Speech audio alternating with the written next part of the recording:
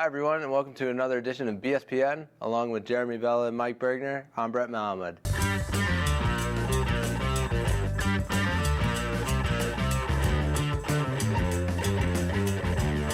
The top story last night, Monday Night Football. The Packers absolutely just mauled the Kansas City Chiefs. Talk about that, Jeremy. Yeah, Aaron Rodgers losing his best receiver, Jordy Nelson, before the season, and he has not lost a beat. 5 touchdowns, 0 picks against the Chiefs, who their defense is not bad, but their secondary was hurt for them last night, and Aaron Rodgers just cut them apart. James Jones had a big game. Randall Cobb had 3 touchdowns. Eddie Lacy ran the ball well. James Starks ran the ball well. Aaron Rodgers looks in, peak physical form. He's healthy. His footwork is some of the best that you could see out of any quarterback, in NFL history. And this guy's putting up numbers that are probably going to get the Packers, to that NFC North Championship, probably get them to the playoffs, and maybe even to the Super Bowl this season. And many people talked about how Jordy Nelson being lost would hurt him on his receivers, but you have James Jones, you have Richard Rodgers, and that resulted in 5 touchdowns last night. Pretty amazing stat for Aaron Rodgers. Yeah, well, he actually hasn't thrown an interception at home since 2012. So you got to figure his luck's going to run out at some point because that's just insane. But as of right now, he's on pace for 53 touchdowns and no interceptions this season, which is just insane. When you look at from a fantasy perspective, you could have picked him or Andrew Luck in the first round or second round. Like those were the top 2 quarterbacks. Andrew Luck right now is on pace for 27 touchdowns and 37 interceptions. So whoever picked Luck before Rodgers, I'm sorry. The other big story in that matchup, the Kansas City Chiefs threw their first touchdown to a wide receiver since 2013 with Jeremy Maclin headed into the end zone. Unbelievable. Yeah, breaking news there. You can't win games in the NFL if you don't throw to a wide receiver in the red zone. You got to get touchdowns and utilize those receivers. I know they had Dwayne Bowe last year, and he didn't really play well, and he was getting old, and he might get cut by the Browns now. But this year you have Jeremy Maclin, who's a big-time receiver, a big set of physical skills, and you have to throw him the ball in the red zone and give this guy an opportunity. If you watched the first half of that game last night, all of their passes, now mind you, Alex Smith, I think he was 2 of 7 in the first half passing. He was throwing passes to his tight end, to Jamal Charles, Kelsey the tight end. But he wasn't throwing to a receiver in the first half. They had no targets. You have to get these guys involved. You can't win games, especially against a high-scoring offense like the Packers, if you don't throw the ball downfield. And Andy Reid, you got to figure something out because you can't just run the ball all the time with Jamal Charles. Right, well, Andy Reid always likes a run scheme, but I also don't think Alex Smith has a great arm to throw downfield. Even that one pass where Jeremy Maclin took it for 60 yards, Smith only threw it about 20. Just caught Maclin en route, and he ran it the other 40. So I think at some point you have to look at, is it Alex Smith that's the problem with the Chiefs' offense? Because he was their quarterback most of last season. Through the first 2 games this season, still hadn't thrown a touchdown. So is that the problem? I do have to say Alex Smith would be the problem with the offense. So maybe you want to switch it up there. I know Chase Daniels is their backup, and that's not really better. But what do you do? I don't know, but we're going to have to talk about Pittsburgh now. Pittsburgh losing their quarterback, Ben Roethlisberger, who went down with injury. He's out now probably 6 weeks, they're saying. So now you have veteran Michael Vick taking over after he left the Jets, and now he's headed to Pittsburgh. It's a really tough loss for the Steelers, obviously. Ben Roethlisberger having one of his best seasons, already in his career. And he was going to put up huge numbers with those receivers, Antonio Brown, Marcus Whedon, Darius Hayward-Bay, and just going out, a rough injury, MCL sprain, so he might be out 6 weeks now, we'll see. But they're still, in my mind, in a good situation because you bring in Mike Vick, who obviously has a lot of experience. He's a little more mobile than Big Ben. We'll see if he could use his feet to pick up a couple first downs. But he can't throw the ball as well as Big Ben. And you're going to have to rely on Le'Veon Bell. Le'Veon Bell came back against the Rams. He played extremely well. He helped them get that win in the second half. I don't know where they would have been without Le'Veon Bell, even though D'Angelo Williams, he did play well in those first 2 games. But it's a huge loss. The Steelers, they can still win the AFC North without Big Ben for a while. But the Bengals are playing well, too, and the Bengals might be coming for that division. And now with Big Ben out, they probably smell blood. And I think you bring up a great point. Michael Vick is not the Michael Vick that he was in 2004 when he was on the cover of Madden, and he was an escape artist essentially, and that's exactly what Ben Roethlisberger is now for the Pittsburgh Steelers, and so you kind of lose that. We'll definitely see Antonio Brown's production go down. But it'll be interesting to see whether Le'Veon Bell and D'Angelo Williams can take over for that. The thing with Antonio Brown, all you got to do is throw it up to him, and he's going to go get it. Yeah. So we'll see if Mike Vick can even throw the ball downfield. And talking about going down, throwing the ball up, and just catching it, Julio Jones, an absolutely amazing week for the Atlanta Falcons. What has gotten into them? I would just like to say that before the season started, I know we're only 3 weeks in, but I made a very bold prediction, and right now he's on pace to break my prediction. So he's on pace for, I think, 22 touchdowns and 2,200 yards or something like that. And Yeah. I had said 1,919 touchdowns. I'm just going to say I'm an oracle of sorts. Yeah, well, let's not play that game because you did say that the Jacksonville Jaguars were going to cover 14.5 against, or 13.5 against New England. What was the score of that game? Not even close to the 51-17. cover. Yep. But Good call. So the Pats have been super dominant this year. Do you guys think they have any competition in the NFL right now? Not really. I think that it's going to end up coming down to a team like Denver, a team like Arizona that might challenge them. But I really think that the Patriots are the team to beat. They're the top team in the league. Dual running backs in Deion Lewis and LeGarrette Blount, and they've just annihilated. And of course, you have Rob Gronkowski just sitting in the end zone, takes up so much space. He's angry. He's playing angry. He's throwing a lot of touchdowns. They can run the ball. Bill Belichick is coming up with these plays to get them touchdowns, wins. It's all working for New England now. I don't see them losing until the end of until possibly the playoffs. Why not? Okay. They're clearly the They've best done team. it before. They're clearly the best team in football. The only team I think that could give them a run is Denver. I think they play them week 12 or week 13. Mm-hmm. But Peyton Manning even going up against New England, Tom Brady, I think he could Not still have. historically well. Yeah, I think Tom Brady could still win that game. They can go undefeated. It's a bit of a stretch. You got the Giants that could beat him. You got the Jets that could beat him. You have Rex Ryan and his history. He could beat him.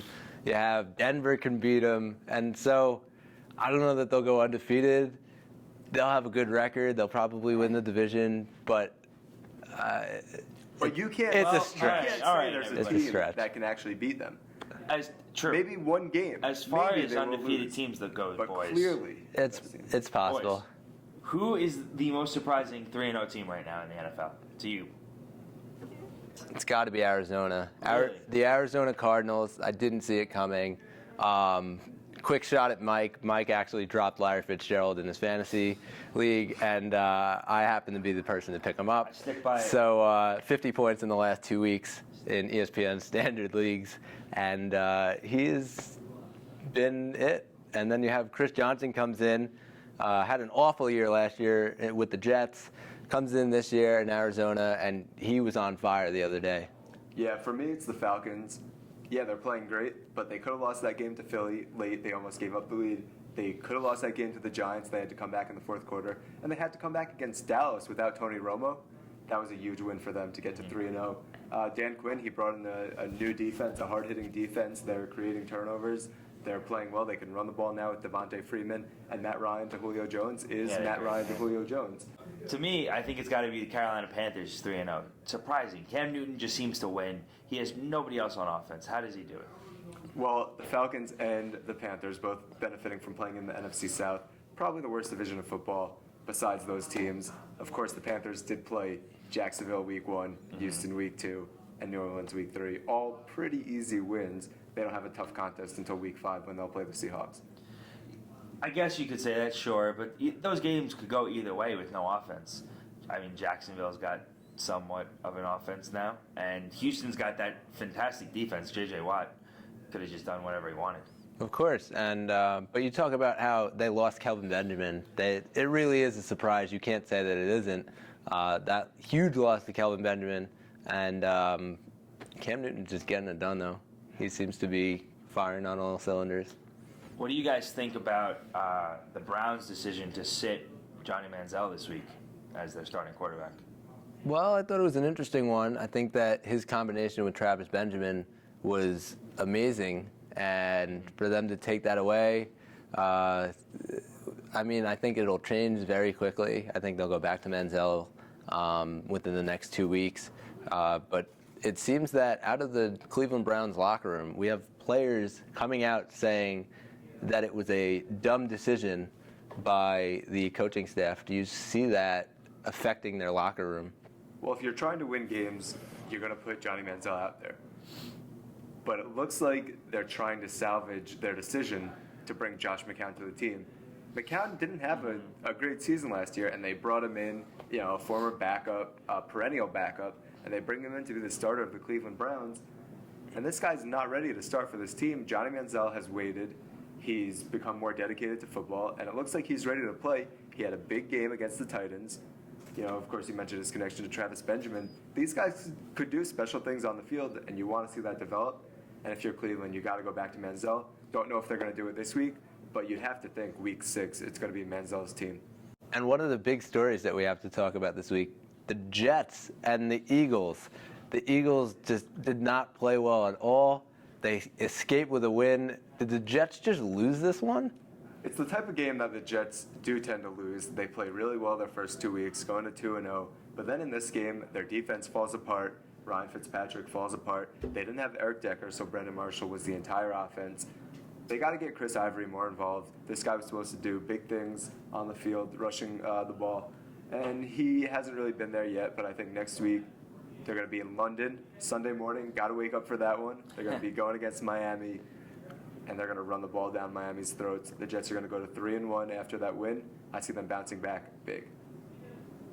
And Miami just got annihilated. So I think it could be a contest that the Jets take. A guy to watch out for, Devin Smith.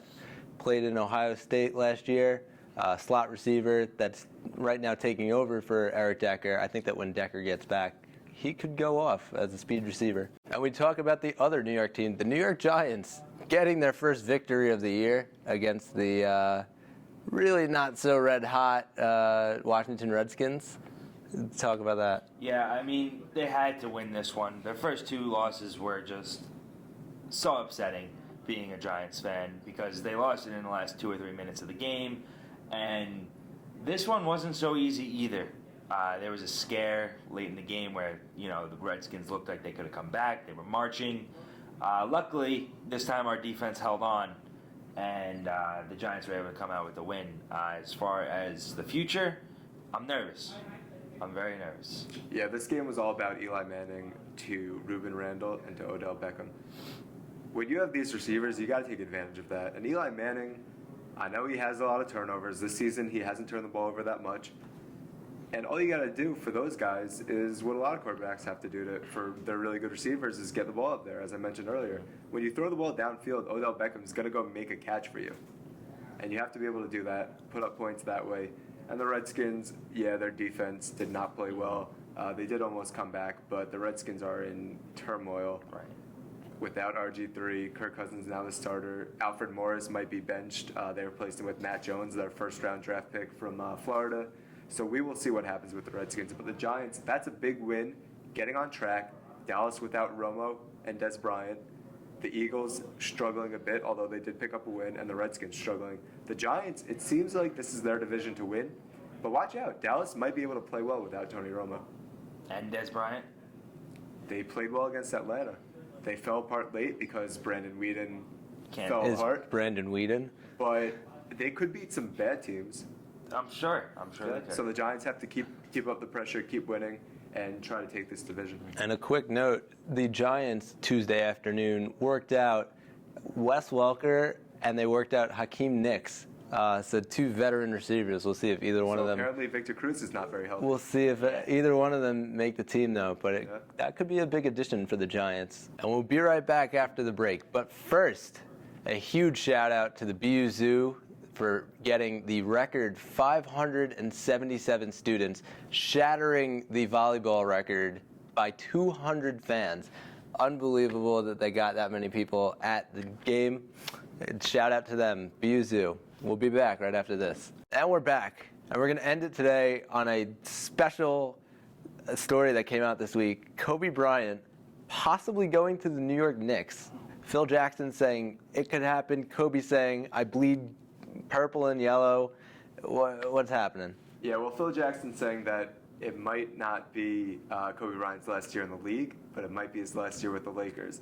Obviously, fans automatically started thinking, Kobe, where's he going to go? Maybe he could go to the Knicks. Kobe in New York, in Madison Square Garden, would be the biggest draw that Knicks fans have ever seen. Even Kobe at his advanced age, he can still put the ball in the hoop, and this would be a Knicks team that would be very, very exciting. But is it something that the Knicks need? They already have their scorer who takes 40 shots a game. They can't take 80 shots a game with two people. But they can. But they can, and they shouldn't. I don't. Melo, Kobe, who's the bigger ball hog? Is really I think that's what it comes down to is they're gonna hog the ball. Both guys are known for being ball hogs. Both have huge egos on the court, and so I don't know that it'll be able to get done. It would be a really huge draw, though. Obviously, the New York media is going to hype it up no matter if he comes or if he doesn't come. Yep. But that's just New York for you. I would hate to see Kobe leave the Lakers and come to New York in his final season, just because it's so rare you see a person stick with the same team for so long and retire on a good note with that team. And just It'd win. Be nice to see with Kobe. And just win. You saw Derek Jeter play 20 years for the Yankees, and he won. And Kobe did that for the Lakers. I feel like he just has to go out as a Laker. Yeah, but this is not a good note for Kobe to go out He on. did not The go team out. that they put around him is not ready to compete. They put a lot of young pieces. They're trying to push him out by bringing in all these young Right, guys. well, he's been injured for the last two or three seasons. So go to the Knicks. So don't play. He's getting old. His ankles are breaking down. So go to But I the will Knicks. say, I'd rather have Kevin Durant, and I think Kevin Durant could be coming to New York in the future. That's definitely more of a possibility. But we can also look at LA, who could possibly have Kevin Durant as well. So all it seems like we know is that Kevin Durant will not be on Oklahoma City for very long. we don't think so. Tweet us your opinion at BSPN Bing, BSPN_Bing on our Twitter. We'll see you next week as we wrap up the MLB season and look ahead to the wild card and division series. See you later.